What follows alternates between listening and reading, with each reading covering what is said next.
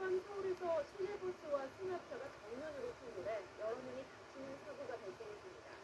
화물차가 택시를 들이받는 사고도 있었습니다. 감사히 사건 사고 신지원 기자가 보도합니다. 승합차 앞부분이 종이장처럼 찌그러졌습니다. 구급대원들이 차 안에서 다친 사람을 꺼내 밖으로 옮깁니다. 어제 저녁 8시 10분쯤 사거리에서 마주 달리던 시내버스와 승합차가 충돌했습니다. 이 사고로 승합차 운전자와 버스 승객 등 6명이 다쳐 병원 치료를 받았습니다. 경찰은 마주오던 승합차가 중앙선을 넘었다는 버스 기사의 진술을 토대로 정확한 사고 원인을 조사하고 있습니다. 차선을 변경하던 택시를 화물차가 뒤에서 그대로 들이받습니다. 경기도 광주시에서 3.5톤 화물차가 택시를 들이받은 건 어젯밤 11시 50분쯤. 이 사고로 택시 운전사가 다쳐 병원으로 옮겨졌지만 생명에는 지장이 없는 것으로 확인됐습니다. 승용차 문이 반쯤 열린 채 거꾸로 뒤집혔습니다. 오늘 새벽 1시 5분쯤 강릉시 이반동 지하차도에서 술에 취한 운전자가 몰던 승용차가 전복됐습니다. 이 사고로 운전자는 머리를 다쳐 병원으로 옮겨졌고 동승자도 가벼운 상처를 입었습니다. 사고 당시 운전자의 혈중 알코올 농도는 면허 최고 수치인 0.106%로 확인됐습니다. YTN 신지원입니다.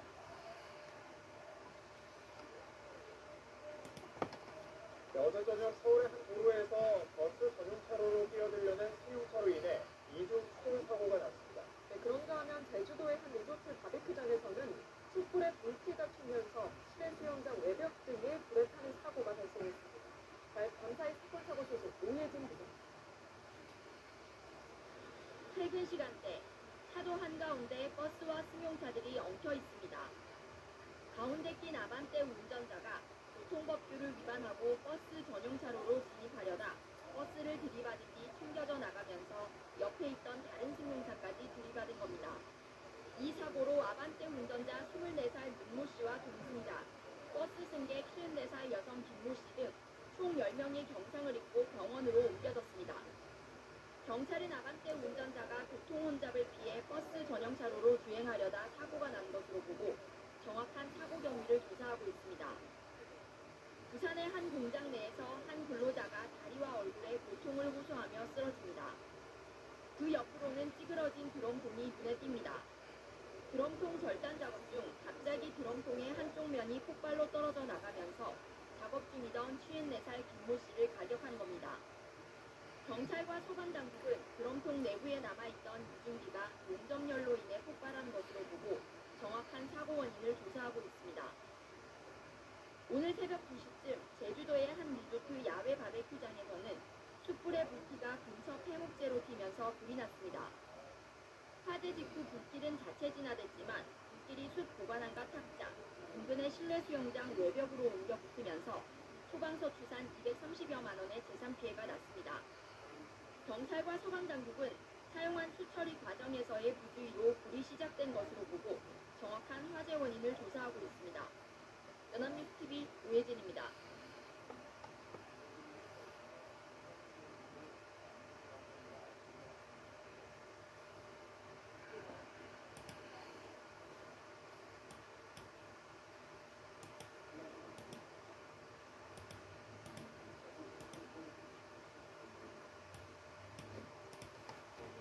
씻고 다 깠는데 좁쌀녀들은 왜 그대로죠?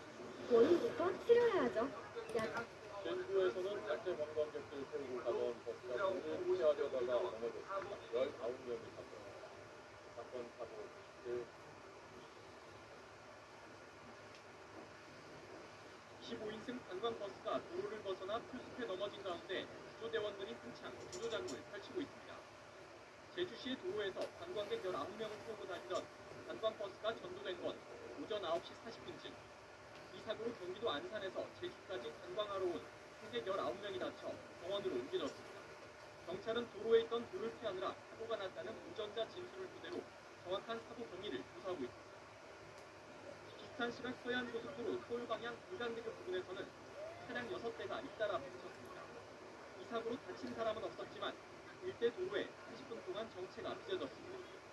경찰은 상습 정체 구간에서 차량이 밀리면서 서행 중이던 다른 차를 추돌해 사고가 난 것으로 보고 있습니다. 앞서 새벽 5시 40분쯤에 제주 추자도에서 실종자 수색 작업에 나선 파출소장이 절벽 아래로 떨어져 크게 다쳤습니다. 52살 박무경감은 추석 당일 처가를 방문했다가 연락이 끊긴 실종자를 찾기 위해 본대산을 둘러보다 사고를 당한 것으로 확인됐습니다. 승용차 곳곳에 감자를 맞은 흔적이 역력합니다. 추석 당일 정오쯤 경기도 의왕시의 고층 아파트에서 누군가 감자를 던진 사건이 발생해 경찰이 수사에 나섰습니다. 다행히 감자에 맞아 다친 사람은 없었지만 주차돼 있던 승용차가 찌그러졌습니다. 경찰은 CCTV와 주민 진술 등을 토대로 정확한 사건 경위를 조사하고 있습니다. YTN 최두입니다.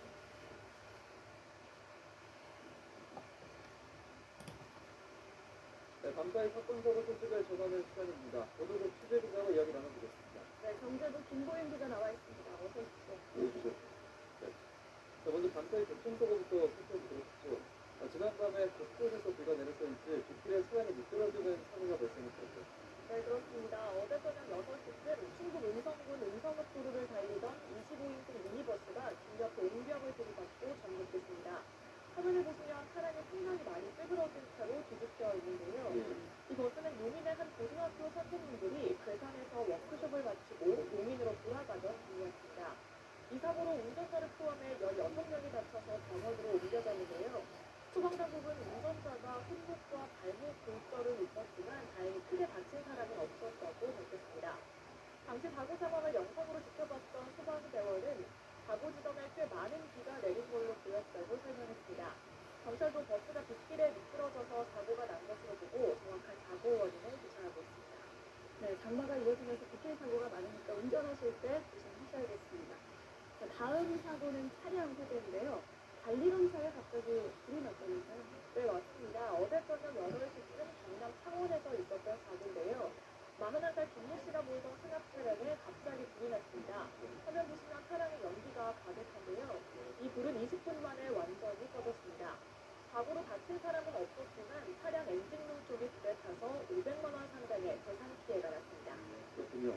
며칠 전에 돈 문제로 한 남성이 형수와 조카를 살해했던 일이 있었는데요. 이 남성이 구속됐다고요? 네, 맞습니다. 지난 4일이었죠.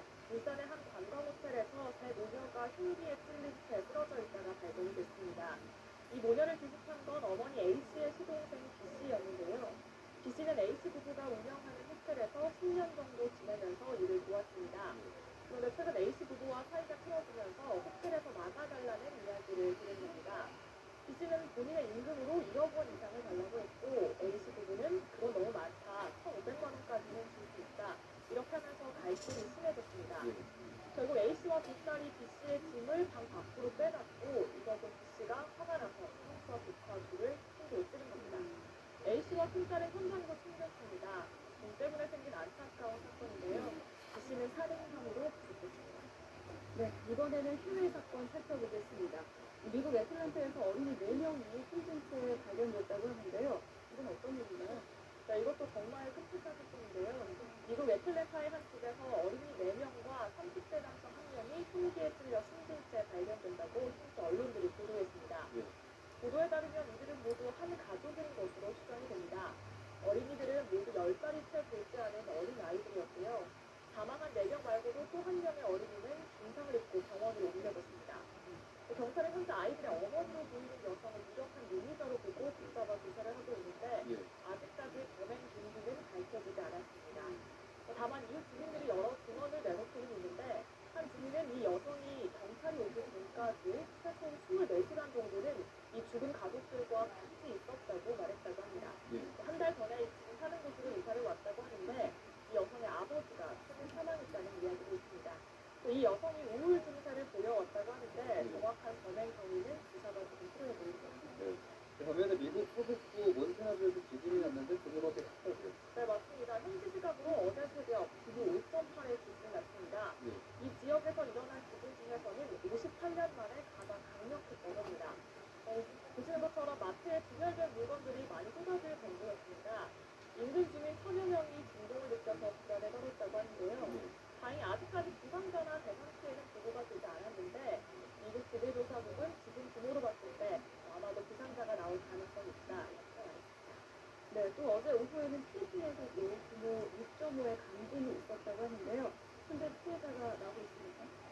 사망자가 조금씩 집계가 되고 있습니다. 지금까지 집계된 사망자는 최소 2명입니다. 기상과학과 탐지면 100여 명에 달할 것으로 보이는데요. 현지 방송에 따르면 필리핀 네이텔주의 카날라 마을에서 지진 여파로 3층짜리 건물이 무너지면서 최소 1명이 숨졌고 일부 주민은 내몰고 있습니다. 지금 구조 작업이 진행 중이라고 하고요. 이 마을에서 30km가량 떨어진 올묵시에서는 지진의 영향으로 산사태가 발생해서 여성 1명이 목숨을 잃었습니다. 구조 작업이 좀 순조롭게 진행이 됐으면 좋겠습니다. 오늘 여기까지 듣겠습니다. 고맙습니다.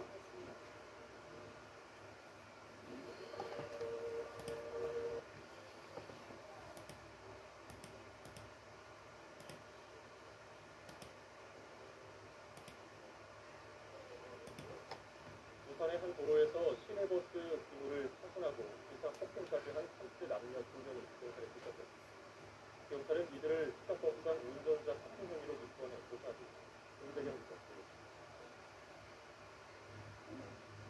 부산 서면의 한 도로. 운행 중이던 버스 위에 올라탄 한 남성이 버스 기사와 말싸움을 벌입니다.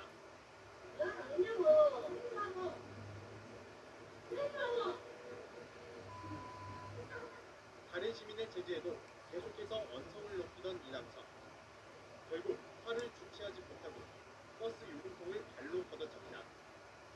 그러기를 수차례 버스 요금통이 파손됐고 이에 놀란 버스 승객들은 공포에 떨어야 했습니다. 버스 기사가 차에서 내리자 이번엔 남성 옆에 있던 여성이 거세 기사의 어깨를 밀치며 폭행합니다. 이거 다 깨부수면 정말 다 시민들이 갖고 있어. 그리고 근데 너무 커지니까 다들 겁나 뭐 어떻게 하지 하는 거 같아가지고 그 대상이 저희가 이렇게 될 수도 있고. 사건이 일어난 건 어젯밤 10시 10분쯤. 버스가 출발하는 찰나 도로 위로 뛰어든 여성에게 한마디 말을 건넨 게 말싸움으로 번졌고 여성과 함께 있던 남성이 결국 기물을 파손하고 기사를 폭행한 겁니다. 근데 바뀌어보고 신호가 바뀌어서 출발하는 상황에 어떤 한 여성분이 튀어나오셨는데 정보를 주셨는데 그 여성분은 일방적으로 갑자기 저한테 얘기를 하셨고. 경찰은 이들 30대 남녀 2명을 특가법상 운전자 폭행 혐의로 입건하고 CCTV 영상 등을 분석하고 있습니다. 운행 중인 버스나 택시 등의 운전자를 폭행하거나 협박하면 일시 정차한 경우라도 5년 이하의 징역 또는 2천만 원 이하의 벌금에 처해집니다. YTN 김대경입니다.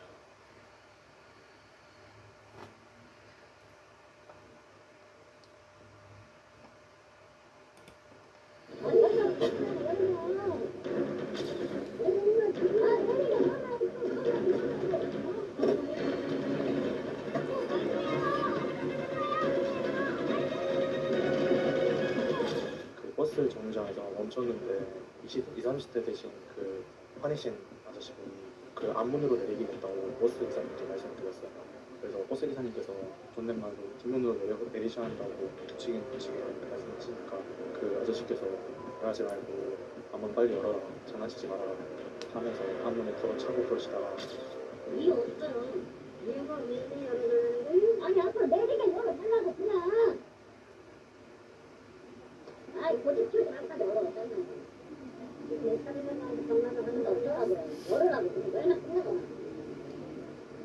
아니 열면 열면 원 시간이 있어. 열어.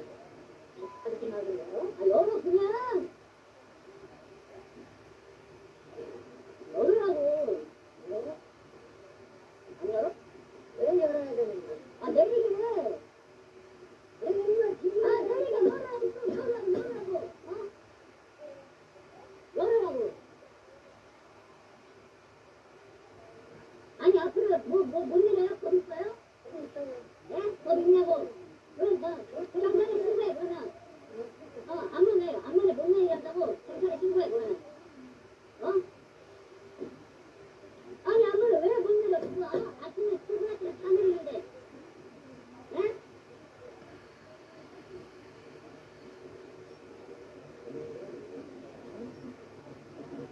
아침에 출근할 때 다 내리는데.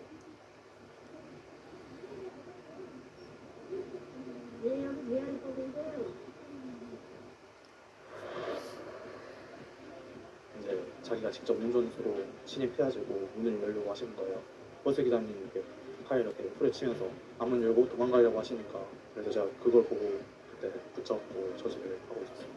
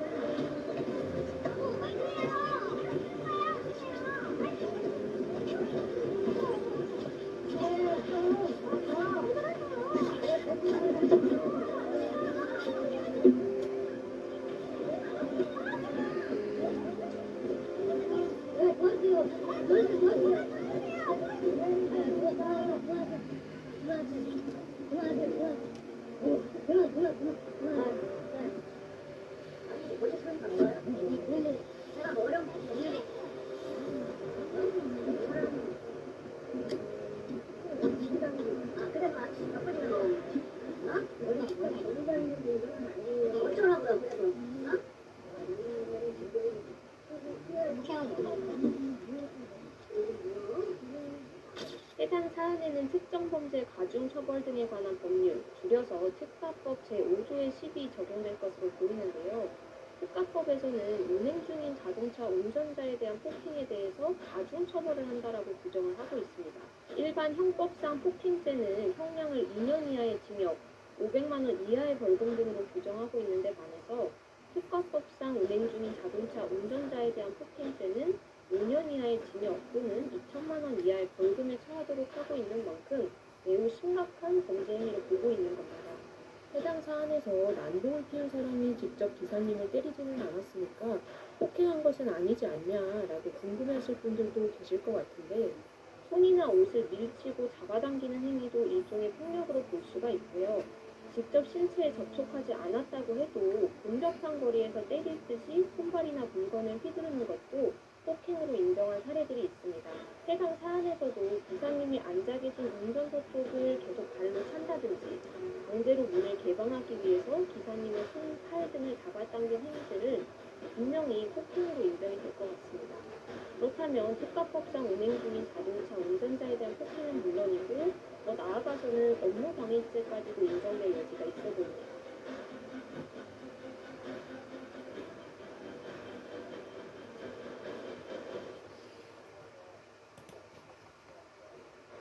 난 요즘 음악 어떻게 들어? 난 내 방식대로 즐겨.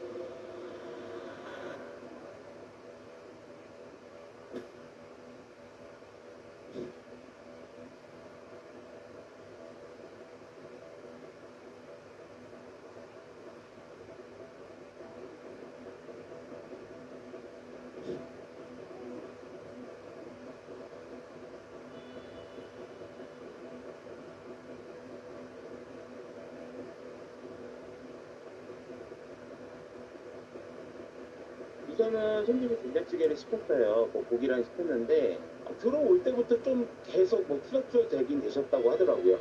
반말하고 야 일로 와봐 막 약간 이런 거 있잖아요.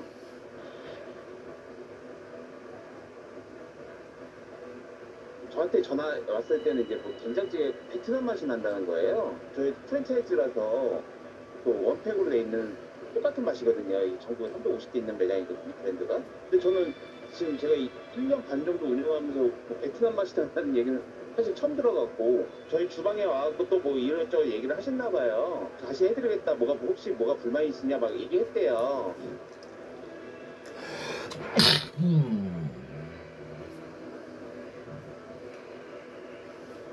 하면서 갑자기 술을 마시더니 이제 잔을 깨고 이제 그게 시작된 거죠.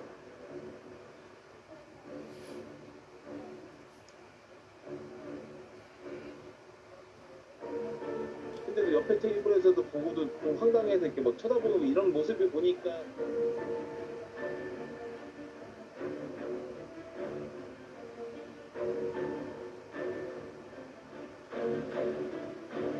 직원들이 상처를 좀 많이 받았더라고요. 그냥 직원들도 요즘 뭐 뽑기도 힘들고 그런 시국인데 이러고서는 안 될 것 같아갖고 제 직원을 제가 보호해야 될 것 같아갖고 이제 제보를 하게 된 거였거든요.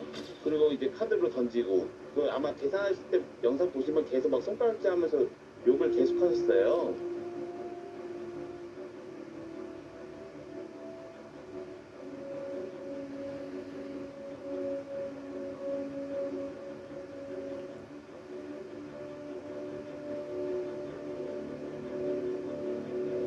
그러고서 이제 나가실 때는 양갈래로 갈라지시더라고요.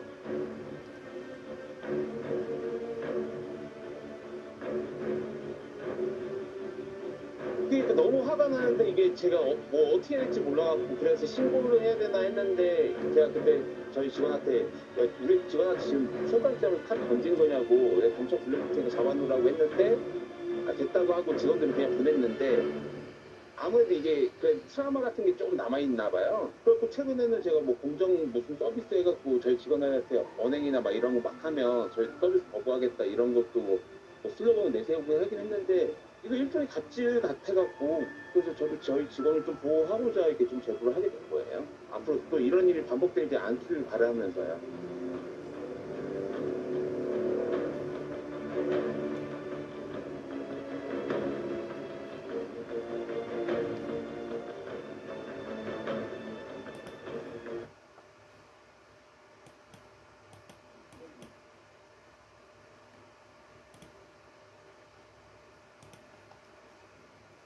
지난해 5월 경기 고양시에서 시내버스를 탄 61살 김모 씨는 큰 소리로 라디오를 듣고 있었습니다. 운전기사가 음악 소리를 줄여달라고 요청하자 김 씨는 화를 내며 운전기사의 얼굴에 주먹을 휘둘렀습니다. 폭행 충격으로 운전기사가 중심을 잃으면서 버스가 가로수와 교통표지판 기둥을 들이받았고 결국 운전기사와 승객 등 20여 명이 다치고 말았습니다. 재판에 넘겨진 김 씨는 자신이 운전기사를 폭행한 것과 사고가 나 승객이 다친 것은 인과관계가 없다고 주장했습니다. 하지만 법원은 운전자를 폭행할 경우 승객이 다칠 수 있다는 점은 누구나 쉽게 예상할 수 있고 자칫 대형 사고로 이어질 수도 있었던 만큼 엄한 처벌이 필요하다며 징역 1년 6개월의 실형을 선고했습니다. 항소한 김 씨는 당시 술이 덜 깬 상태였던 데다 치매로 인해 판단력이 흐려졌었다고 주장했지만 법원은 이 역시 받아들이지 않았습니다. 재판부는 김 씨가 운전석 칸막이 등을 잡고 균형을 유지하며 버스기사를 때렸다며 김 씨가 지난해 치매로 진단받았던 사실은 인정되지만 당시 사물을 변별하거나 의사결정 능력이 저하된 상태였다고 보기는 어렵다고 밝히며 1심과 같은 형을 선고했습니다. YTN 한현입니다.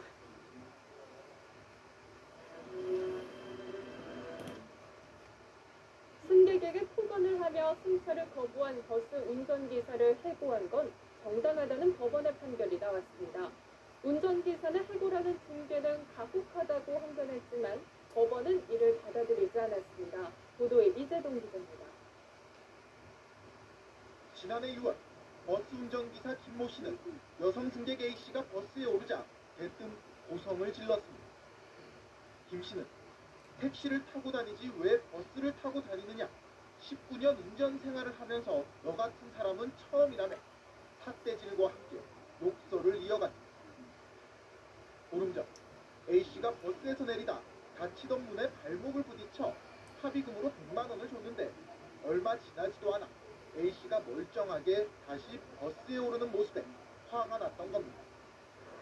김 씨의 계속된 폭언에 A 씨는 결국 경찰을 불렀고 이러한 사실이 회사에도 알려지며 김 씨는 해고됐습니다. 이를 두고 중앙노동위원회가 부당해고라며 회사의 처분을 무효로 하자 버스회사는 중앙노동위와 김 씨를 상대로 소송을 냈고 법원은 회사의 손을 들어줬습니다. 재판부는 김 씨가 버스 운전기사로서 승객의 안전을 책임져야 함에도 폭언을 하며 운전에 전념하지 않는 등 승객에게 불안감을 주는 행위를 했다고 설명했습니다. 또 재판부는 다수의 승객이 이 같은 광경을 목격해 버스회사의 명예가 훼손됐다며 해고 처분은 적법하다고 결론 내렸습니다. 김 씨는 20년 가까이 회사를 위해 일했다며 해고 처분은 가혹하다고 항변했지만 법원은 받아들이지 않았습니다. 연합뉴스 TV 이재동.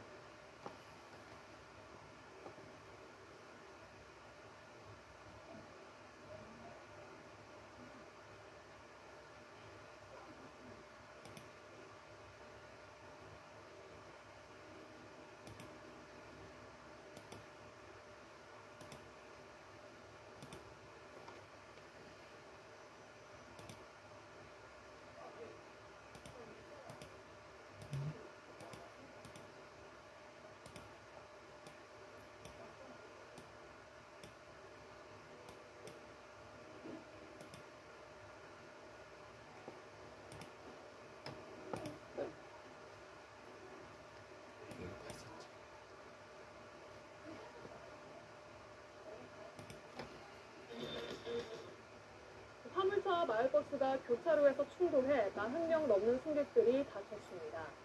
대부분 7, 80대인 고령의 어르신들이었는데 읍내에 들어선 장을 보러 가다 사고를 당했습니다. 김한수 기자가 취재했습니다. 전남 강진의 한 교차로입니다. 도로 위에는 거대한 구조물이 떨어졌고 차는 꽉 막혀 있습니다. 바로 옆에는 운전석 앞부분이 찌그러진 파란색 트럭이 차로를 가로막았고 뒤쪽에는 버스 한 대가 오른쪽으로 넘어져 있습니다. 버스 주변엔 내다팔 물건과 바퀴 달린 카트가 흩어져 있고 겨우 빠져나온 승객들은 도로가에 털썩 주저앉았습니다. 오늘 아침 8시 반쯤 전남 강진군 성전면의 사거리 교차로에서 3.5톤 화물차가 마을버스 운전석 옆을 들이받았습니다. 마을버스가 먼저 교차로에 진입했는데 화물차가 왼쪽 방향에서 진입하면서 버스를 들이받은 겁니다. 16인승 마을버스에는 40명 넘게 타고 있었습니다. 대부분 7, 80대 어르신으로 5일장을 맞아 읍내로 나가고 있었습니다. 어르신 20여 명은 앉지 못하고 좁은 버스에 서서 가고 있었는데 버스가 넘어지면서 뼈가 부러지는 등의 중상을 입었습니다. 오늘이 강진 장날이라서 탑승하신 분이 많았고요. 그래서 나이 드신 분이 좀 많은 상태고 중상자는 현재 6명으로 파악되고 있습니다. 이 사고로 버스 운전자 등 모두 42명이 다쳐 인근 8개 병원에서 치료를 받고 있습니다. 경찰과 소방당국은 차량 블랙박스를 확보해 사고 당시 신호위반 여부 등 정확한 경위를 조사하고 있습니다. MBC 뉴스 맞습니다.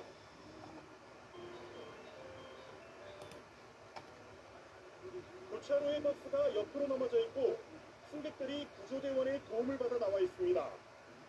멀찌감치 화물차도 운전석 쪽이 찌그러져 있습니다. 교차로에서 좌회전하려던 화물차가 직진하던 버스 뒷부분을 부딪혀 버스가 넘어졌습니다.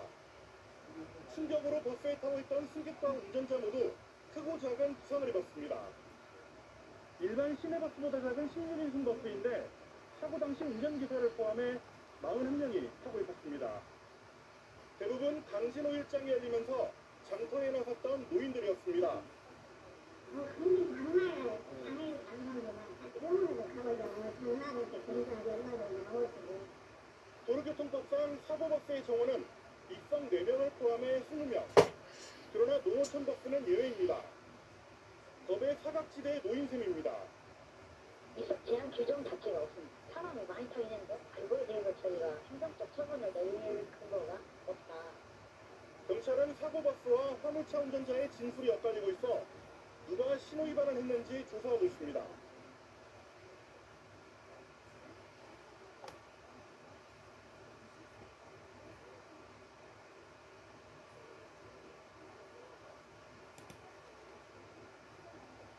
오늘 전남 강진군에서 마을버스와 화물차가 부딪혀 40여 명이 타고 있던 버스가 넘어지는 사고가 났습니다. 마을버스 안에는 장날을 맞아 시장에 가던 어르신들이 빼곡히 타고 있었습니다. 김영찬 기자의 보도입니다. 교차로에 승객을 가득 태운 농촌 마을 버스가 진입합니다. 잠시 뒤 갑작스런 충격에 승객들이 크게 휘청이더니 버스 천장으로 치솟거나 뒤엉키면서 아수라장으로 변합니다. 오늘 오전 8시 30분쯤 전남 강진군 산업단지 교차로에서 마을버스와 80대 운전기사 최모 씨가 몰던 3.5톤 트럭이 충돌했습니다. 차가 폭이 좁으니까 넘어지더라고요. 난 충격이 상당히 컸어요. 차 때리는 충격이 손님들이 그냥 저쪽으로 다 쓸려볼 정도로 충격이 커가지고 사고로 현재 87살 윤모 할머니를 비롯해 버스 기사와 화물차 기사 등 42명이 다쳐 병원으로 이송됐습니다. 버스 안에는 장날에 맞춰 시골장을 보러 가거나 병원을 가려던 고령의 어르신들이 많아 자칫 대형 인명사고로도 이어질 뻔했습니다. 순간에 확 쏟아져 버린 강진장이라 시장 보러 나오다 그랬죠. 병원 가신 분도 있고 20명 정원의 마을버스에 40명이 탈 수 있었던 이유는 고속도로와 자동차 전용도로를 운행하는 버스는 입석이 제한되지만 시내버스와 농어촌 버스의 경우 입석 제한 규정이 없기 때문입니다. 버스에 대한 승차 부분에 대해서는 우리 전남청 도로교통안전공단 그리고 우리 군청 상도로에서 사실 조사하고 있습니다. 경찰은 두 차량 가운데 한 대가 시도를 위반하고 달리다 사고를 낸 것으로 보고 정확한 사고 경위를 조사하고 있습니다. KBS 뉴스 김영찬입니다.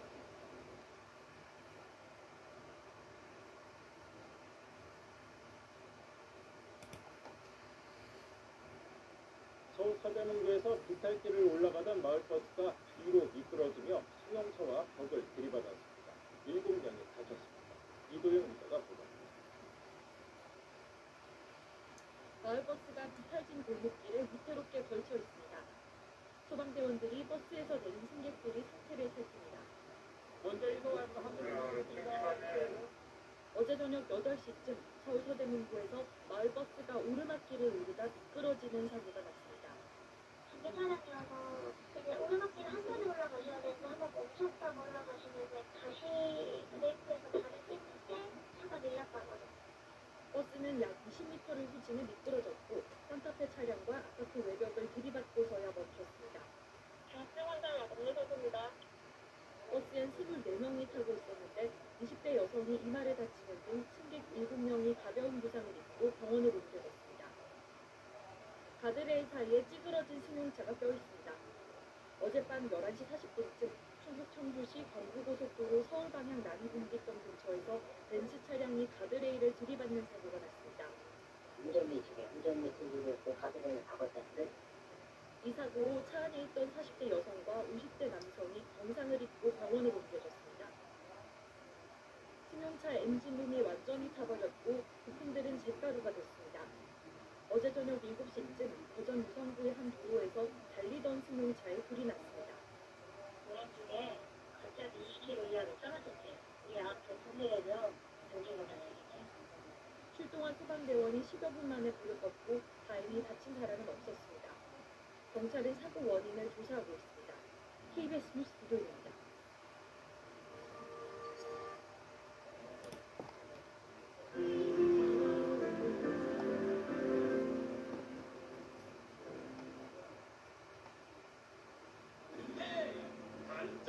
마성의 시즈닝 독 터지는 후라이콘 자꾸 땡기는 중독.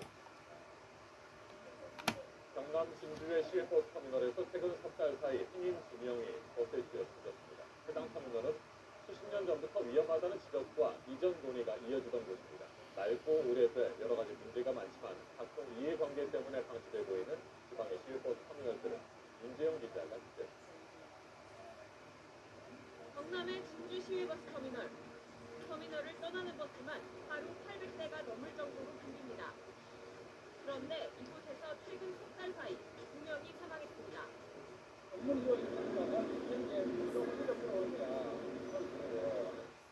사고가 난 지점은 바로 이 하차장입니다. 이렇게 바닥에 그려진 하얀 선을 따라 버스 6대가 정차할 수 있는데 지금처럼 버스가 많이 들어오는 때는 하차하는 승객들과 버스들이 뒤엉켜 위험해지는 겁니다. 또 이쪽에는 매표소로 들어가는 문이 있는데 이렇게 하차장을 가로질러서 와야 합니다. 사고 이후 임시로 안전 펜스를 설치해줬고 또 인도를 표시해줬습니다. 하차장에 있는 6대 정차 공간이 찾아 진입하지 못한 버스들이 인근 대로와 횡단보도까지 차지합니다. 하차한 승객은 버스 사이를 무태우게 지나다닙니다. 인도랑 차도가 구분이 없다 보니까 항상 차가 갑자기 튀어나오고 하다 보니까 터미널이 지어진 건 40여 년 전. 그 사이 골물은 낡고 부지는 더 비좁아졌습니다. 옛날에 하는 거랑 지금 하던 크냐고 이게 옛날처럼 해봤어. 식당에 가고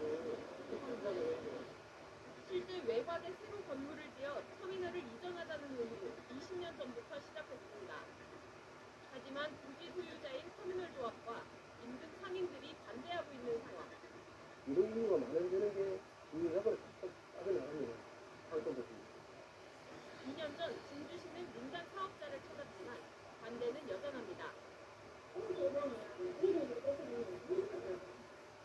전국 포항의 시외버스 터미널도 사정이 비슷합니다.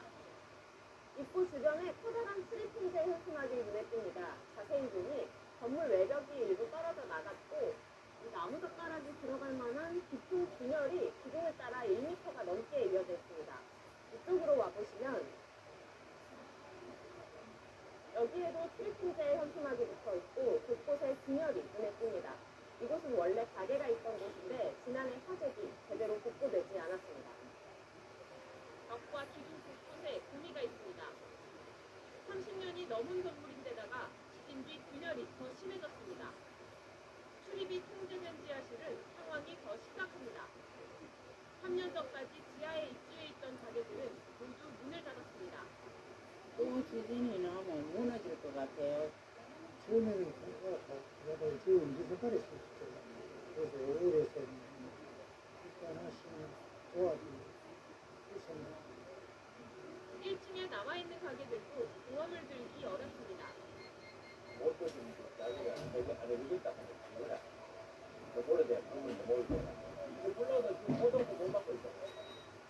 신축 필요성에는 모두 공감하지만 부지 선정을 놓고 둘러싼 갈등이 첨예합니다. 정작 지자체는 방관하고 있다는 지적입니다. 피해서 뭐좀 집을 잡아가지고 유인하는 그런 부분이 있나라고 생각합니다. 그냥 막연하게 하다가 누가 하겠습니까? 이제 곧 추석 귀성행렬이 시작됩니다. 버스터미널은 귀성길의 첫 관문이기도 한데요.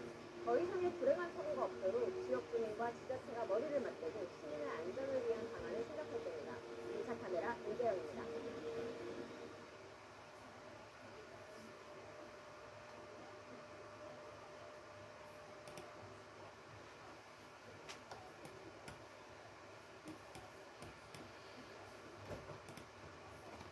오늘 새벽 인천에서 30명이 타고 있던 통근 버스가 앞차를 들이받고 언덕 아래로 굴러 떨어졌습니다. 다행히 숨진 사람은 없었는데 경찰은 80대 운전자의 부주의로 사고가 난 걸로 보고 있습니다. 김희은 기자. 도로를 가로지른 버스가 언덕 아래로 고꾸라져 있습니다. 유리가 다 깨져 앞면은 뻥 뚫렸습니다. 오늘 오전 7시쯤 인천 공촌동도로에서 인천공항 직원들이 타고 있던 통근버스가 앞서가는 굴착기를 들이받았습니다. 비탈길 쪽에 버스가 이탈돼가지고 승객이 갇혀 있어서 구조대가 문 개방해가지고 탑승객 구조를 한 상황이고요. 이 사고로 버스기사와 승객 29명, 굴착기 운전자가 경상을 입었습니다. 버스가 비탈길로 10m 정도 굴러떨어지다가 다행히 멈춰 더 큰 피해로 이어지지 않았습니다. 사고를 낸 버스기사는 81살 남성으로 경찰은 남성이 앞을 제대로 보지 않아 사고가 난 것으로 보고 있습니다. 화재도 잇따랐습니다. 오늘 오전 9시쯤 대구 이곡동 다세대 주택 4층에서 불이 나 남성 1명이 숨지고 주민 2명이 화상 등으로 다쳤습니다. 건물 주인이 화재를 알려 주민 9명이 대피했고 2명은 구조됐습니다. 한 분은 창문 열고 수건으로 입을 막고 구조해달라 해가지고 사다리로 구조했는데 소방당국은 펑소리가 났다는 진술을 토대로 화재 원인을 조사하고 있습니다. 1시간 뒤 인천 도화동에 있는 쇼핑몰 지하 1층에서도 불이 나 시민 150명이 대피했습니다. 호승줄에 묶인 남성이 고개를 숙인 채 법원으로 들어섭니다. 피해자 유족들께 하실 말 있으세요? 죄송합니다. 처음부터 살해할 생각이었습니까? 아니었습니다. 지난 8일 밤 인천의 한 편의점에서 업주를 살해한 뒤 전자발찌까지 끊고 달아난 남성입니다. 법원은 영장심사 끝에 도주 염려가 있다며 구속영장을 발부했습니다. 남성은 경찰 조사에서 금품을 빼앗으려다가 피해자가 방어하며 소리 지르자 순간적으로 찔렀다고 주장했습니다. MBC 뉴스 지은수입니다.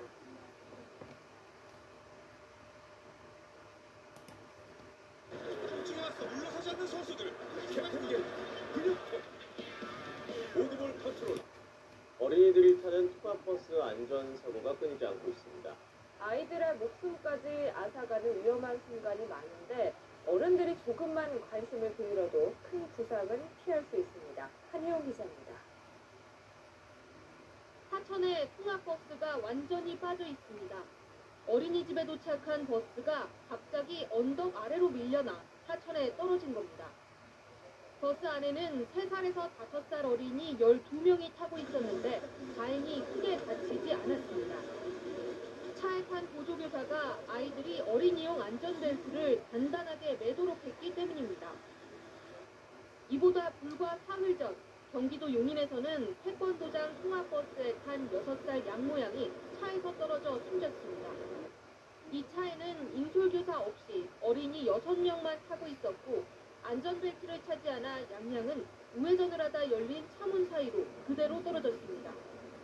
지난 1월부터 시행에 들어간 세리미법을 충실히 지킨 통학버스와 그렇지 않은 경우의 차이가 드러납니다. 세리미법은 어린이 통학 차량엔 안전벨트와 보호표지 등을 갖추고 경찰에 신고하지 않으면 과태료를 물게 했습니다. 전 좌석에서 안전띠를 매지 않아도 과태료를 물리고 아이가 통학버스에 타고 내릴 때는 보호자가 반드시 같이 있도록 했습니다. 안전교육 기준도 강화했습니다. 전문가들은 어른들이 작은 노력만 기울여도 피해를 최소화할 수 있다고 말합니다. 차량들이 안전장치들이 잘 부착이 되어 있습니다. 그러면 잘 부착되어 있는 그 안전장치를 잘 사용하지 않고 있어요. 숙련이 덜 된 거죠. 우리 그 운전자분들은 모든 걸 짐작으로 바꾸라는 지람적인 이유로 우리 아이들의 안전, 결국 어른들의 주의와 관심에 달려 있습니다. 연합뉴스 TV 한혜원입니다.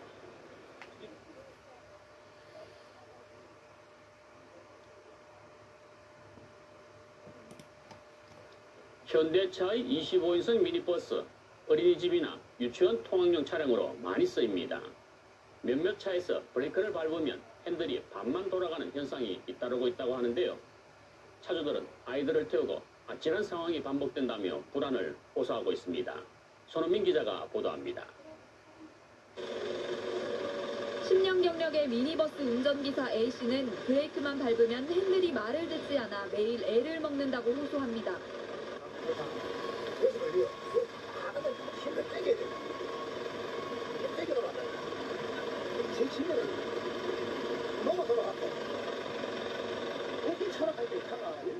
지난해 3월 큰맘 먹고 차를 바꿨는데 처음에는 핸들에서 뚝뚝 하는 소리가 나더니 몇 달 지나자 브레이크를 밟은 상태에서는 핸들이 왼쪽으로 끝까지 돌아가진 않는 겁니다.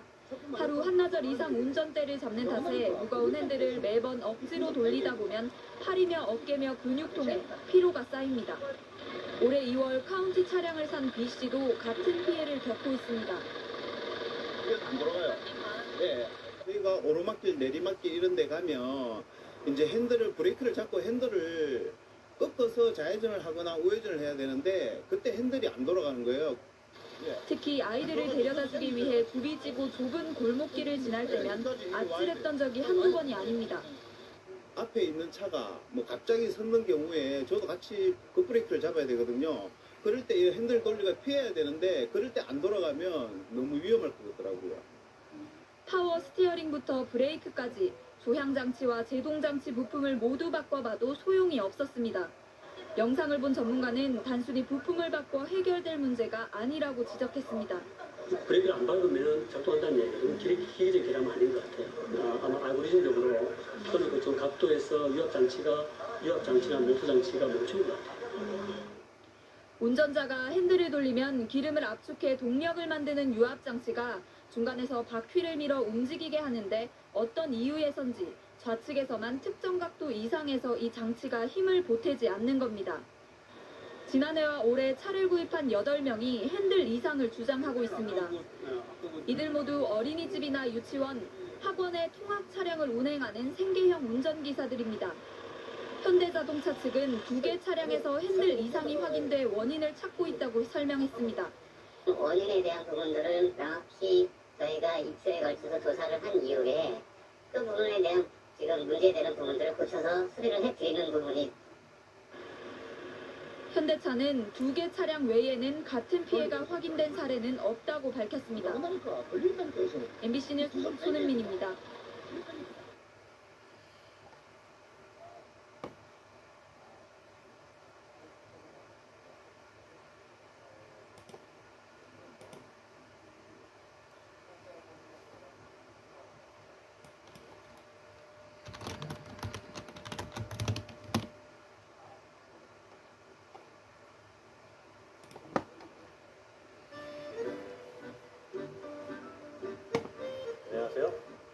미디어 가을 콜라보 밴 어린이 통학버스 주의보.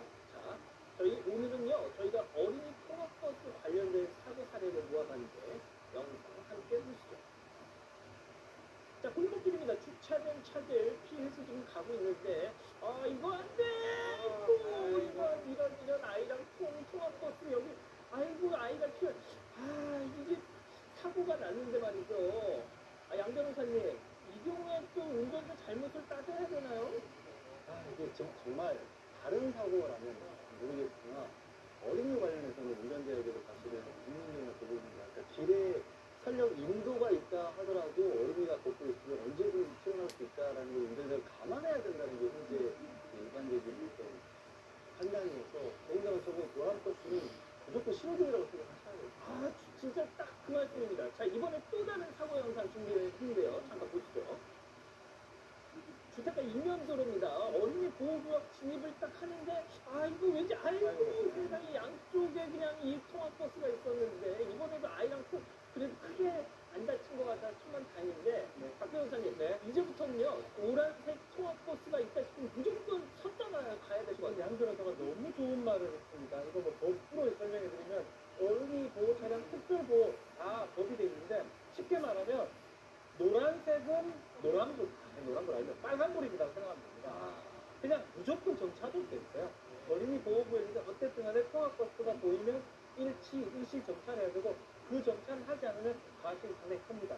이 사건 과실 제가 봤을 때 83, 82, 73 정도 될 것 같은데 어쨌든 간에 앞에 어린이 보호 차량이 있으면 정차가 생명이고 정차가 의무입니다.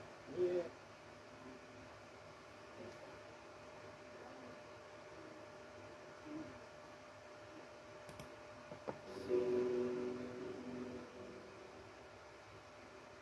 JTBC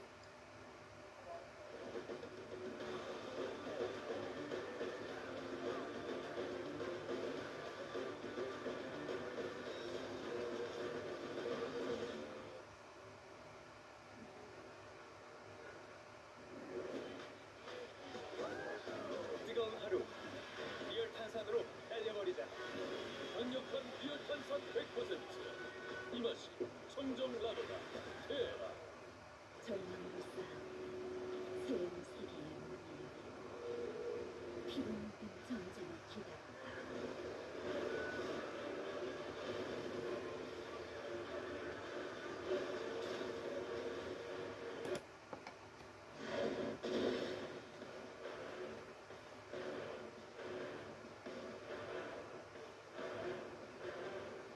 JTBC 토론 논쟁을 시작합니다. 김필기입니다. 국회에서 이어지던 국민의힘과 내란 특검의 압수수색 실랑이가 사흘 만에 막을 내렸습니다. 야당은 이번 압수수색 시도를 야당 말살, 내란 정당 몰이로 부정하고 강한 공격에 나설 분위기입니다. 하지만 다른 시각도 있습니다. 내란 옹호를 위한 수사 방해였던 게 아니냐는 겁니다. 국민의힘은 보수정당 논란을 자초한 건지 아니면 억울한 프레임이 쓰인 건지 오늘 논쟁에서 짚어보겠습니다. 함께 토론해 주실 네 분 소개해 드립니다. 먼저 더불어민주당 김유정 전 의원 나오셨습니다. 네, 그리고 민주당 김용남 전 의원입니다. 네, 안녕하십니까. 국민의힘 김재원 최고위원 나오셨습니다. 그리고 윤희석 전 국민의힘 선임 대변인 함께합니다. 네, 90분간의 논쟁 지금부터 시작합니다. 모든 우파 시민들과 연대해서 이재명 정권을 끌어내리는데 제 모든 것을 바치겠습니다. 민주당이 진정 국민을 위한다면 정치 보복성 모든 수사를 멈추십시오. 윤석열 대통령과 김건희 여사 석방하십시오. 국민의힘의 지도부는 분명하게 입장을 밝히고 제명하던가 책임 있는 조치를 하시기 바랍니다. 오늘서 최고위원회 발언 그 자체가 정동혁 당 지도부의 정치에 입히는데 그렇게 생각하시면 안 될 것 같고요. 지금 여러분이 손가락질하는 전환기 선생, 그 겨울 우리 당을 지키자고 했던 사람들입니다. 지난 상급신문자가 다음에 대통령까지 될 수 있을 것이다. 먼저 저한테 인사청탁이 막 들어옵니다. 놀랍죠? 왜? 장동혁 대표님하고 이렇게 영향 미치니까 지난길에 파고 세졌다 생각하고 압수수색 중단하라! 계란머리가 근거 없는 빈 껍데기로 밝혀지는 순간 이재명 정권의 생명도 끝이 날 것입니다. 국민의힘은 10번, 100번, 1000번, 10,000번 정당을 해산해야 합니다. 스스로 해체할 것인가, 해산당할 것인가 선택의 순간이 다가올 것입니다. 아니도 아니에요. 딱 한 방울이면 문제성 발톱 없어져. 제 경력 걸고 장담한.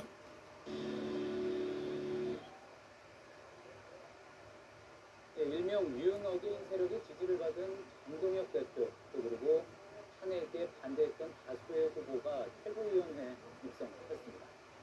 자, 그럼 먼저 이 질문부터 시작을 해볼까 합니다. 국민의힘이 무정당이 됐다는 평가가 있는 반면 당직 퇴임이다. 또 이런 발언을 어떻게 보십니까? 저는 전자에 동의하는데요. 우선은 그 정당의 정체성이라고 할까요? 그런 것은 지도부의 면모를 통해서 저는 드러나게 마련이라고 생각합니다. 그런데 지금의 국민의힘의 이번 신임 그 지도부의 모습은 장동혁 대표를 포함해서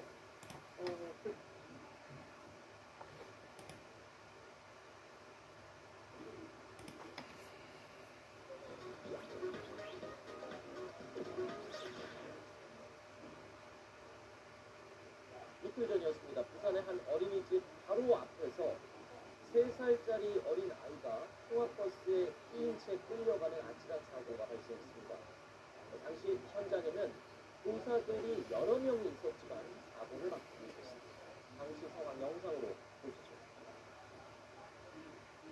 자, 어린이집 통학버스가 언덕길을 올라갑니다. 그런데 무슨 문제라도 생긴 것인지 어린이집 교사가 급히 버스 뒤를 마구 쫓아 달리는데요.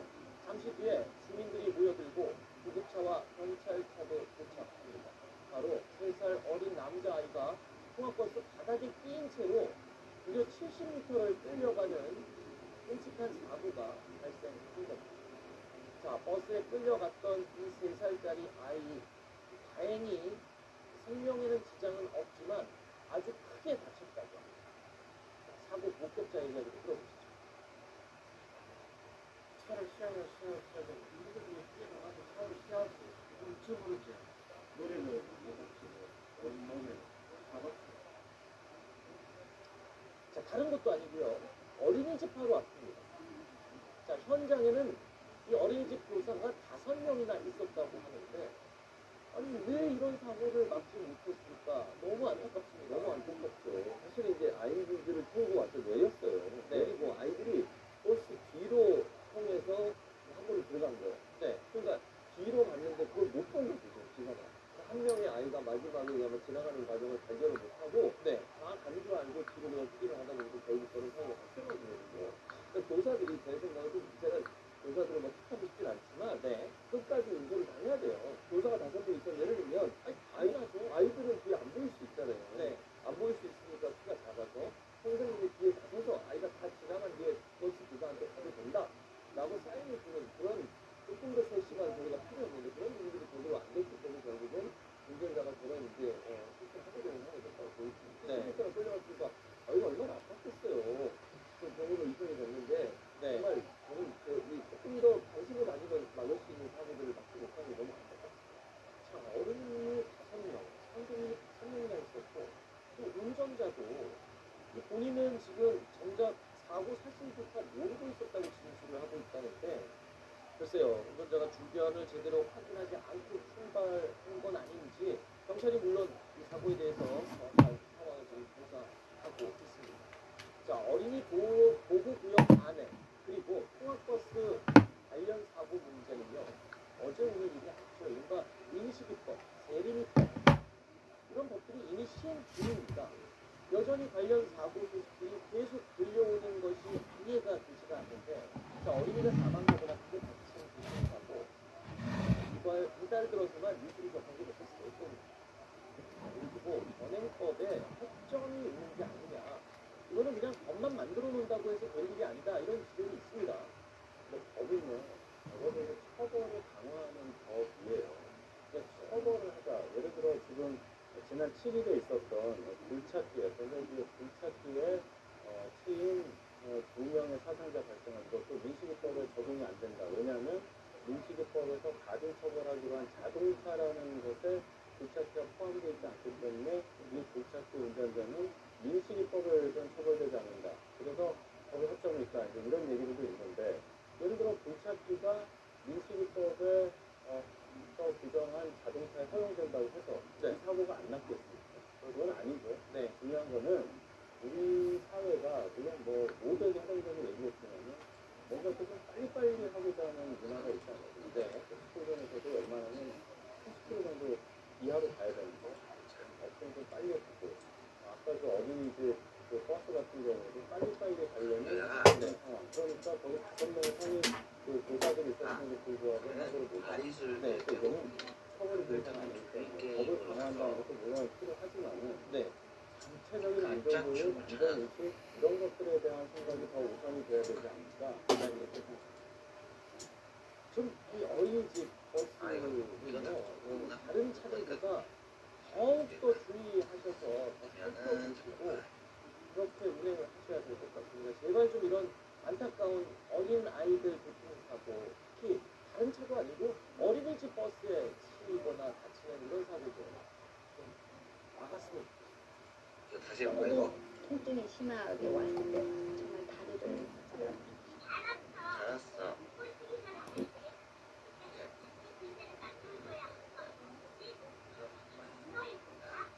첫 번째지. 자, 빛이 되려면 서 시옷이 들어가야지.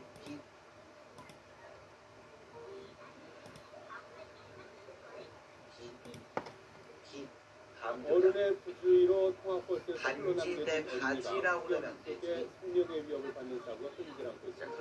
이를 예방하기 위해 다음 달부터 운전자는 운행이 끝나고 어린이가 모두 내렸는지 확인을 해야 합니다. 이를 어기면 벌칙금이 부과됩니다. 이처리 기자의 보도입니다. 다음 문제 볼까? 상자인데 의식을 잃고 온몸이 축 처진 어린이가 119 차로 옮겨집니다. 4살 난 이 어린이는 불볕더위 속에 무려 7시간 넘게 통학버스에 갇혀있다가 가까스로 구조됐습니다. 지난 2월에도 7살 여자 어린이가 통학버스에서 30분 동안 갇혀있다가 울음소리를 들은 혼인신고로 구조됐습니다. 이처럼 반복되는 통학버스 사고를 막기 위해 다음 달부터 새로 바뀐 법이 적용됩니다. 어린이 통학버스 운행을 마친 뒤 운전자는 어린이가 모두 내렸는지 확인해야 하고, 이를 어기면 범칙금 12만 원에 결정 30점이 부과됩니다. 지금은 사망이라든지 부상이라든지 이런 결과가 나왔을 때만 운행자에게 책임을 물을 수 있었는데, 앞으로는 이런 결과가 나오지 않더라도 운전자한테 사과를 반영해주는 처음이고요. 주차된 차량을 들이받고도 나 몰라라 도망가는 이른바 주차장 뺑소니범에게는 범칙금이 부과됩니다.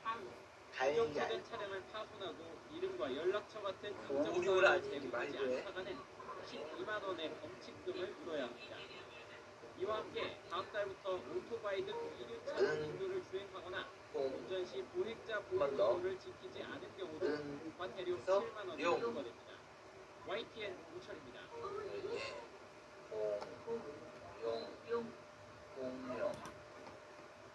고등학생 22명을 태운 통학버스가 추돌 사고를 냈는데 학생들은 한 명도 다치지 않았습니다. 모두 안전띠를 하고 있었기 때문입니다. 밤사이 교통사고 또 화재도 잇따랐습니다. 강정규 기자입니다. 버스 앞부분이 종이장처럼 구겨졌고 승용차 한 대는 뒤집힌 채 도로에 나뒹굽니다.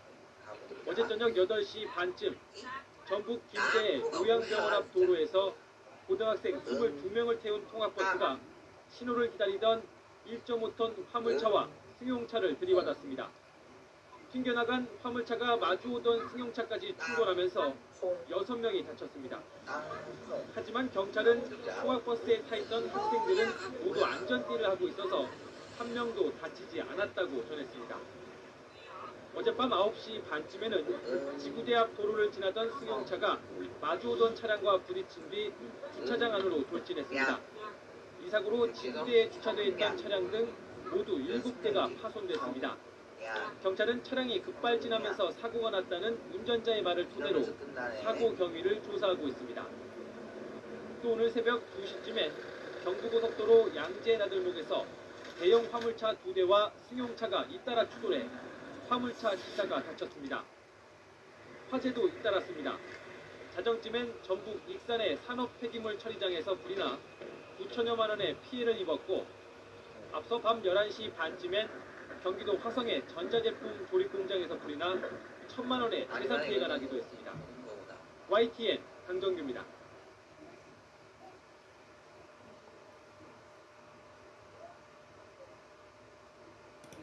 아래에서 졸린 게임은 이거를 볼까? 노란색 통학버스 앞부분이 형체를 알 수 없을 정도로 부서졌습니다. 시민들은 우산을 쓴 채 사고 수습 장면을 지켜봅니다.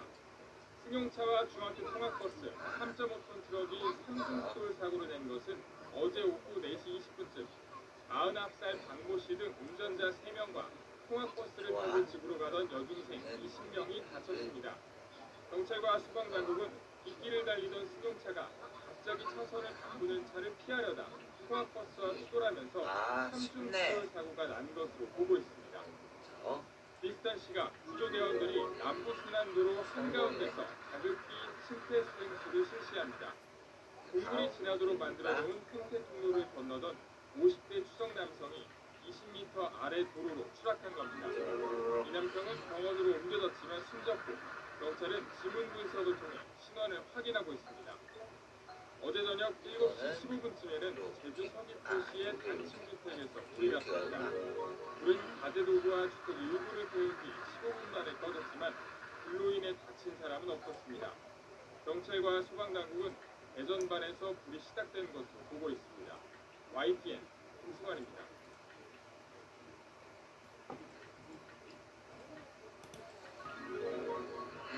광주에서 6살 여자아이가 유치원 통학버스에서 숨지는 사고가 발생했습니다. 그런데 이 초등학교 앞 수술점 횡단보도에서 일어난 사고입니다. 김인정 기자입니다. 광주의 한 초등학교 앞 횡단보도 바로 앞에 교통사고 흔적이 그대로 남아있습니다. 어제 오후 5시 30분쯤 인근 초등학교 병설 유치원을 마치고 놀이터에 놀러가던 6살 한모원이 35인승 유치원 통학버스에 치여 숨졌습니다. 할머니와 함께 귀가한 뒤 잠시 혼자 놀러 나왔다 벌어진 일입니다. 인천 서울대 초등학생들이 연락 안 해요. 통학버스 운전자 66살 성인 씨는 유치원생들을 하원시킨 뒤 빈 차량을 운행하다 한량을 친 것으로 조사됐습니다. 사고가 난 지점은 초등학교 반도 3호인지 아닌 10분 정도이고 어린이들이 많이 다니기 때문에 시속 30km 이하로 서행해야 하는 구간입니다. 더구나 횡단보도에 신호가 없어 어린이 교통사고 위험성이 더욱 컸습니다. 경찰은 홀수가 횡단보도 바로 앞에 도적지처럼 승합차에 가려 횡단보도를 건너던 한량을 미처 보지 못했다고 진술하고 있다며 선수를 교통사고 처리 특례법 위반 혐의로 입건할 예정입니다. MBC 뉴스 김은정입니다. 쪽에다가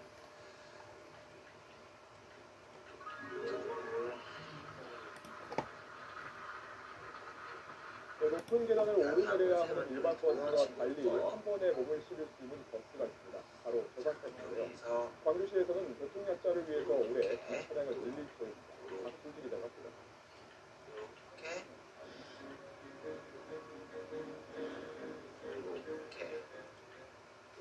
차체가 낮은 저상버스, 계단을 오르지 않고도 한 번에 올라탄다. 극폭이 좁은 어린이와 임산부, 노인에게 특히 편리한 버스입니다. 또 장애인이 승하차할 경우에는 경사판이 내려와 휠체어를 타고도 버스에 오를 수 있습니다. 도움이 필요할 때는 버스기사가 직접 승하차를 지키고 현재 광주시에서 운영하는 저상버스는 35개 모델의 213대, 광주 시내버스 999대 중 21%를 차지합니다. 여기에 올해는 전기 저상버스 30대와 수소 저상버스 6대가 추가로 운행됩니다. 교통약자의 편의를 높이는 것 물론 미세먼지까지 줄이겠다는 겁니다. 또 2021년에는 운행 대수의 45%를 저상버스로 확대할 계획입니다. 5년도 대통령 의원 기록했다고 이렇게 하면 되지. 2년도까지 이렇게 2022년도까지는 광역시 기준으로 한 50개 통과가 되면 450개 또 광주시는 내년부터 국토교통부가 개발 중인 중형 전용버스도 보급할 예정입니다. 더불어 버스 운전원을 대상으로 한 인권 교육을 지속적으로 진행해 이용자는 물론 운전원의 만족도도 높일 계획입니다.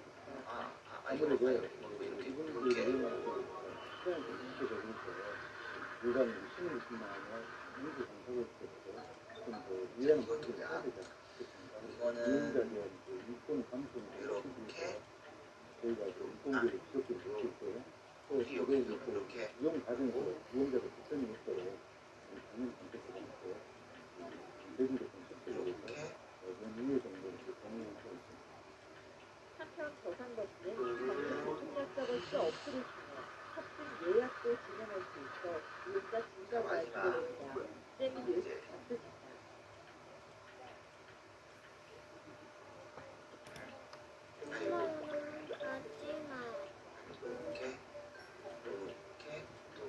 경기도 호남시의 한 도로에서 어제 저녁 길을 건너던 9살 초등학생이 마을버스에 치였습니다.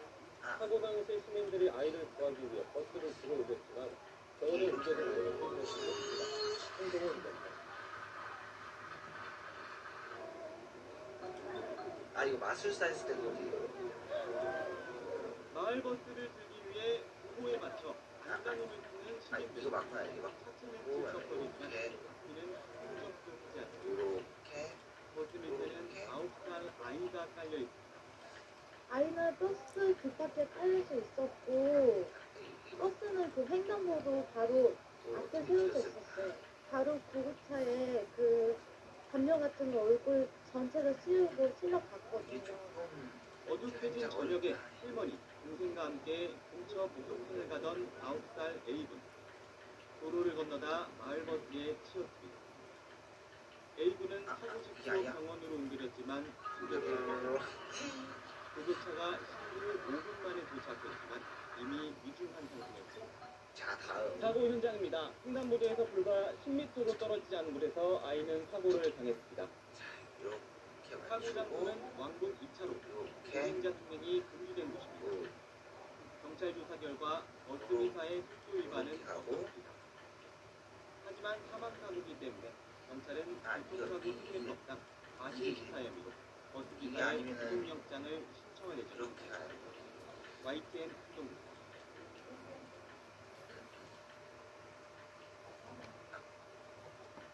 잠깐만.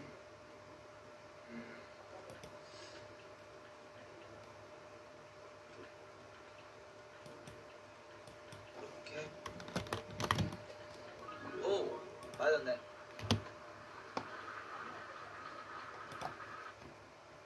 시내버스 사이드미러에 부딪히는 사고가 잇따르고 있습니다. 정류장 인도에 서 있다가 당하는 홍변입니다. 김나라 기자가 취재했습니다.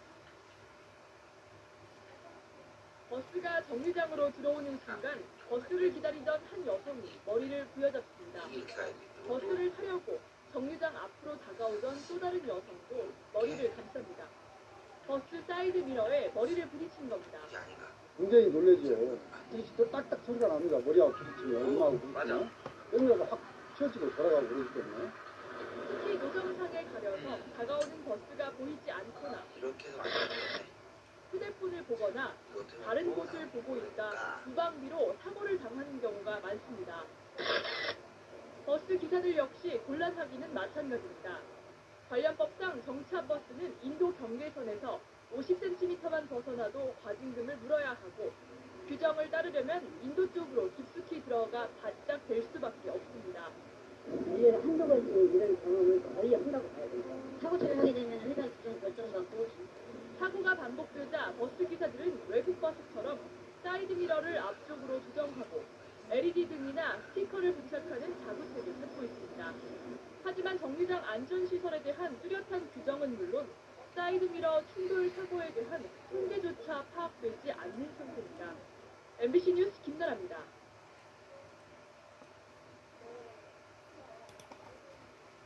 교통약자들을 위해 차체가 낮은 저상버스. 전남의 보급률은 전국 최하위권입니다. 그런데 정작 있는 저상버스도 실제로 이용하는 장애인들이 많지 않습니다. 왜일까요? 김진선 기자가 보도합니다.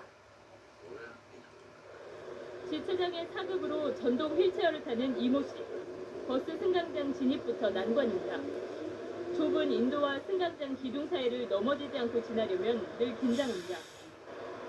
도로 쪽 시야는 가려져 버스가 오는 걸 확인할 수도, 휠체어를 탄 승객이 있다는 걸 기사에게 알릴 수도 없습니다. 결국 뒤편에서 버스가 오는지 살피다 다급해집니다.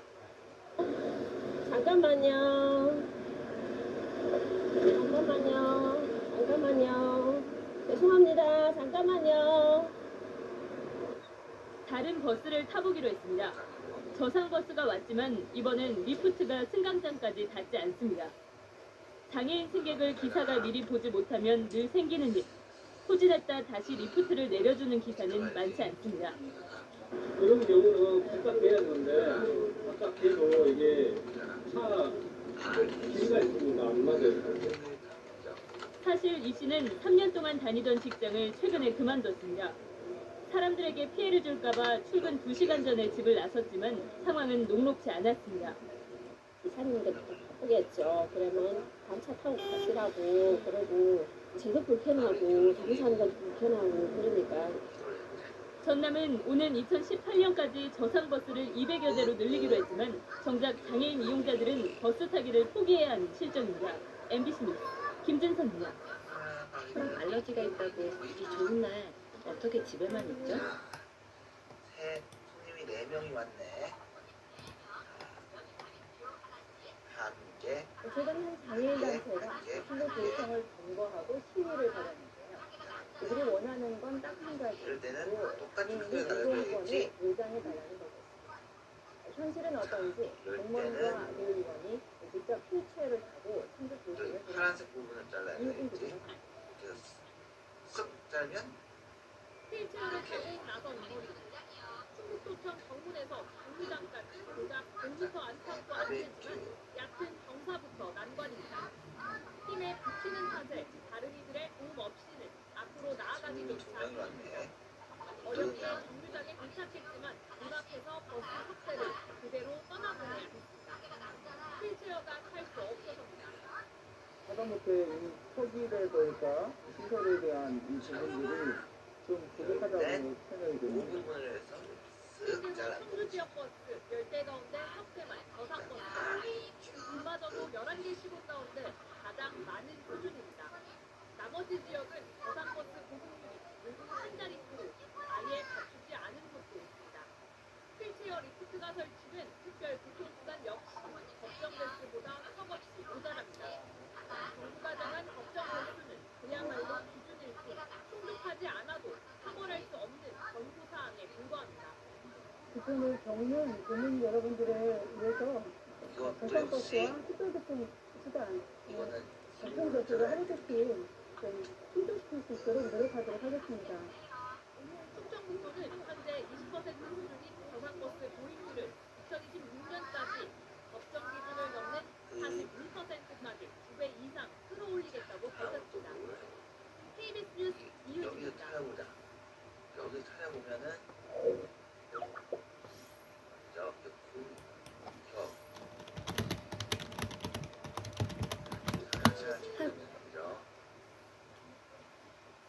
뭘로 해볼까?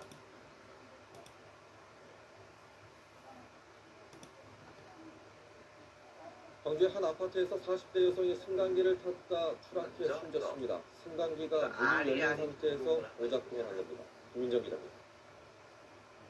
어젯밤 8시 30분쯤 광주 북구의 한 아파트 승강기 통로 바닥에서 주민 48살 정모 씨가 숨진 채 발견됐습니다. 같은 아파트 주민이 승강기가 고장났다고 신고해 승강기 업체 직원이 기기를 점검하던 중 통로 바닥에서 숨져 있는 정 씨를 발견했습니다. 승강기에 탔던 정 씨가 자신이 사는 12층에서 내리려고 했지만 승강기가 문이 열린 채 멈추지 않고 계속 올라가면서 중심을 잃고 허공으로 추락한 것으로 추정됩니다. 오작동한 승강기는 15층에서야 멈췄습니다. 알겠어, 상구가. 아저씨한테 말한 다음에 같이 올라가는 도중에 저는 그냥 문 열려있는 것만 보고 15층에 멈추는 걸 확인하고 사고를 일으킨 승강기는 11년 된 제품으로 지난 3월 정기 검사에서는 합격 판정을 받은 것으로 알려졌습니다. 주민들은 이 엘리베이터가 평소에도 고장이 잦았고 사고가 나기 하루 전날에도 고장을 일으켰다고 말합니다. 당연히 수리가 와야겠지. 경찰은 승강기 업체와 관리사무소 등을 상대로 관리 소홀 여부 등 정확한 경위를 조사하고 있습니다.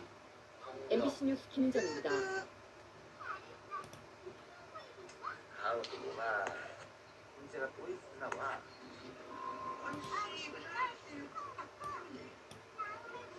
얼씨구가 와야겠지? 66살 조모 씨가 사고를 당한 현장에서 경찰의 합동 감식이 진행됐습니다. 얼씨구, 감식은 승강기의 오작동 원인에 집중됐습니다.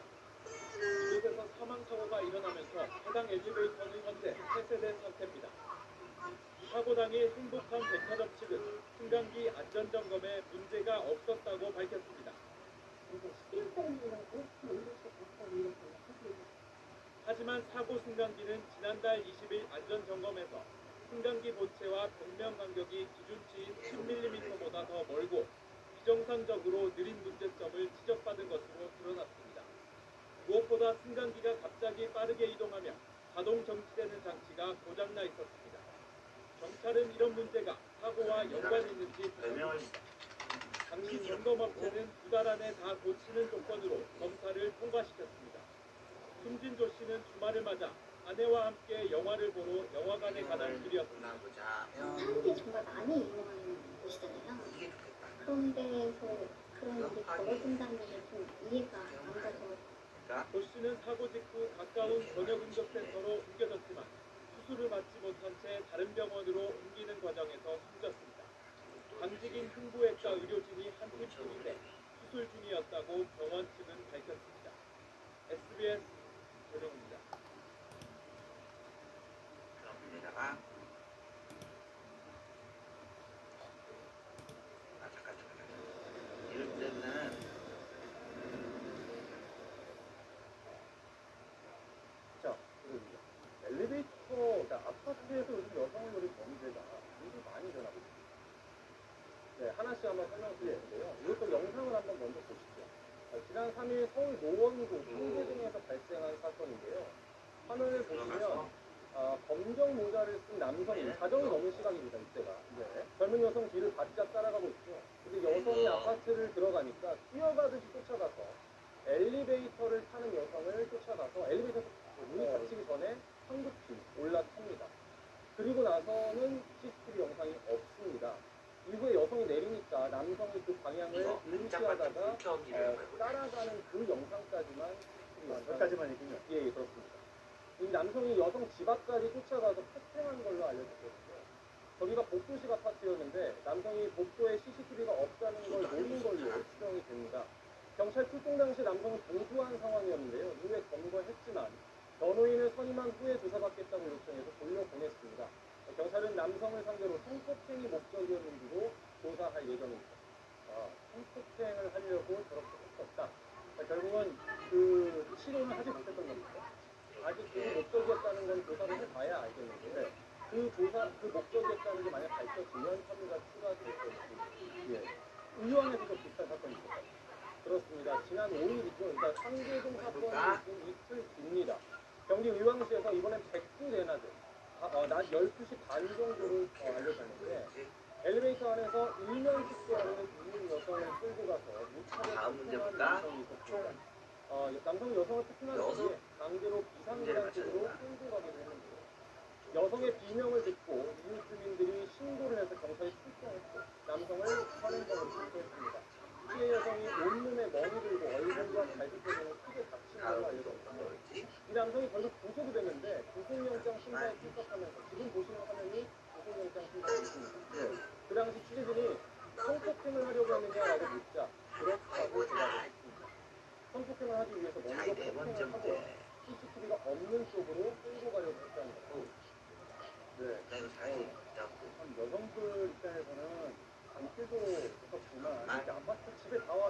이게 아니면은 그 아파트 또 엘리베이터에서 그런 사건이 독립 사건이 일어나는데 그런 경우는 검사 출신이 있으니까 그런 경우에는 처벌을 어떻게 해요?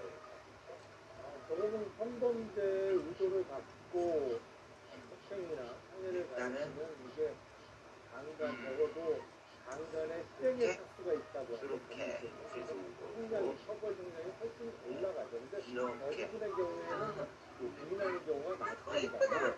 학생의 경위라든지 총 6번 그리고 6개를 맞춰야 돼. 전체적인 과정을 봐서 이제 판단하는 경우가 많이 있습니다. 지금은 처벌 법정형이 많이 올라가 있는 상태인데 그럼에도 불구하고 범죄를 다 막을 수는 없겠죠. 그래서 보다 많은 곳에 CCTV의 설치나 이런 범죄 예방 활동이 좀 뭐가 틀렸을까? 그러니까 사실 많은 저런 사건들이 많이 발생하고 있습니다만 범죄적인 많은 일반 시민들을 범죄자로 이렇게 저런 사건들을 좀 줄이려면 이렇게 보고 사실 앞서 소개해드린 두 가지 사건은요, 지난해 5월에 발생한 부산 돌려차기 사건과 매우 유사합니다. 어떤 점에서 유사하냐면 피의자가 묵지막 폭행을 한 다음에 CCTV가 없는 쪽으로 끌고 가려고 했다는 거죠. 그걸 알고 있었다는 거죠. 그렇죠. CCTV 사각지대를 찾는다는 공통점이 있습니다. 그래서 최대한 CCTV 사각지대를 없애기 위해서 CCTV를 추가 설치한 것이지 아니면 경비 인력을 증원시키는 등의 대안이 제시되고 있고요. 특히 의왕시 범인의 경우에는 엘리베이터에 혼자 타는 여성을 기다리기 위해서 한 10분가량을 기다린 것으로 드러났습니다. 그래서 엘리베이터 문에 전신거울을 붙여서 엘리베이터에 타고 있는 사람들이 모두 서로를 볼 수 있게 하면 범죄자가 그럼 위축되지 않겠느냐라는 의견이 있습니다. 엘리베이터 안에도 그 전신거울을 설치하고 엘리베이터 문이 열렸을 때 정면에도 전신거울이 설치되어 있습니다. 사람들이 내리고 다니는 거 본인의 모습도 볼 수 있기 때문에 범죄 예방 효과가 있다는 얘기가 있더라고요. 근데 이제 문제는 또 비용이죠. CCTV를 층마다 달아야 되고 독대마다 달아야 된다면 주민들의 도움가 필요할 것이고 그런 것들을 해결하기 위해서는 적지 않은 비용과 노력이 필요할 텐데 정부에서 좀 지원해주면 안 될까요? 그렇습니다. 현실적인 문제가 있을 겁니다. 하지만 어떤 CCTV도 사실 CCTV 사각지대가 없앤다고 해서 범죄가 100% 예방되는 이것도 장담할 수는 없는 문제지만 하나씩 해결할 수 있는 것부터 해결을 해야 됩니다. 그래서 이런 강력 범죄가 좀 사라지고 여성들이 좀 안심하고 길거리에 다닐 수 있도록 그런 보안 대책이 좀 마련됐으면 좋겠습니다. 근데 제가 딱 생각나는 게 부산 돌려차기 사건의 경우에는 논란이 됐었던 부분이 있잖아요. 신상을 공개하느냐 마느냐. 그 부분은 어떻게 해요? 신상 공개 같은 경우에는요. 지금 강력 범죄에 대해서 신상 공개를 하는 걸로 하겠다 그런 얘기도 있었고 그 강력 범죄자들의 신상 공개 위원회를 경찰에서 열기 때문에 경찰 조사 단계에서는 공개가 되는데 이게 법정에 가서 재판을 받는 순간에는 아직까지 공개를 할 수 있는 법안이 없습니다. 그렇습니다. 법정에서도 피고인의 상황에서도 재판을 받으면서도 공개를 할 수 있는 그런 이렇게 해서 관련 입법 논의가 진행되고 있으니까 물론 공개한다고 해서 완전한 범죄가 사라지는 건 아니겠습니다만 이런 제한적인 사람들 예방할 수 있는 것만은 있다고 하니까 오늘 이번 국회에서 좀 드려야 될 것 같아요. 이거 보는 거구나. 그러면 이거 개미의 호박 같이 입고 싶대.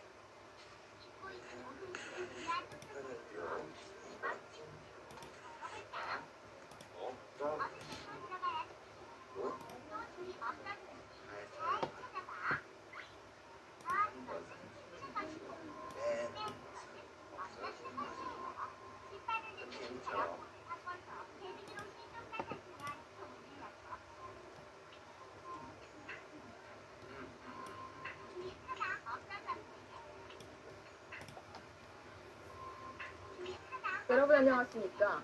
입주한 지 4년밖에 되지 않은 아파트에서 엘리베이터가 갑자기 멈춰서거나 멋대로 움직이는 사고가 잇따르고 있습니다. 주민들은 언제 대형 사고로 이어질지 모른다며 불안감을 호소하지만 제대로 조처가 되지 않고 있습니다. 주우진 기자가 단독 보도합니다. 주부 김모 씨가 2살 된 딸을 안고 1층에서 엘리베이터를 탑니다. 9층을 누르자 문이 닫히는 듯 하더니 갑자기 멈춰버립니다. 비상통화벨을 눌러봐도 답이 없고 휴대전화도 터지지 않습니다. 안절부절하던 김 씨 결국 문을 강제로 열고 빠져나옵니다. 몇 달 뒤에는 남편인 이모 씨도 엘리베이터에 갇혔습니다. 9층에서 탔는데 10층으로 올라가더니 1층으로 떨어지듯 내려갑니다. 공포의 순간을 겨우 넘긴 이 씨가 다른 입주민들에게도 주의를 당부합니다. 지난해 이사온 이 씨 가족 모두가 이 같은 엘리베이터 갇힘 사고를 당했습니다. 고장 신고를 받고 출동한 경비원이 엘리베이터에 갇히는 사고도 있었습니다. 전화 와가지고 계속 울고 불안해서 못 살겠다고. 저런 아파트도 한 2년 넘게 살았는데 그런 경우가 전혀 없었어요. 저희 아파트는 다 그런 이 아파트 단지에는 모두 33대의 엘리베이터가 있습니다. 최근 석 달 동안 29건의 고장 갇힘 신고가 접수됐는데요. 3일에 하루꼴로 사고가 발생하고 있다는 뜻입니다. 주민들 항의가 잇따르면서 최근에는 엘리베이터 관리 업체를 교체했습니다.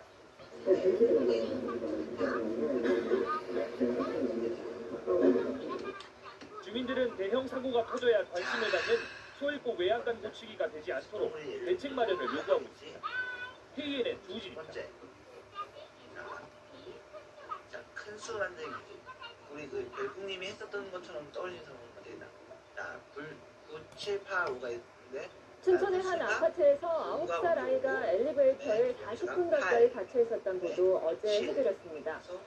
하지만 사고 초 10분 가까운 시간 동안 이상 통화가 되지 않았던 것으로 드러났습니다. 이재규 기자가 취재했습니다.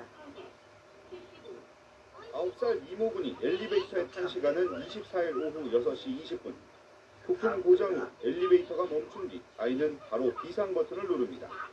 비상 버튼을 누르면 엘리베이터 회사 콜센터와 즉시 연결돼야 하지만 연결이 되지 않았습니다. 장난으로 비상 버튼을 누르는 경우가 많아 비상 버튼을 한 번 누를 경우 콜센터와 바로 연결되지 않고 안내 방송에 따라 한 번 더 비상벨을 눌러야 하기 때문입니다.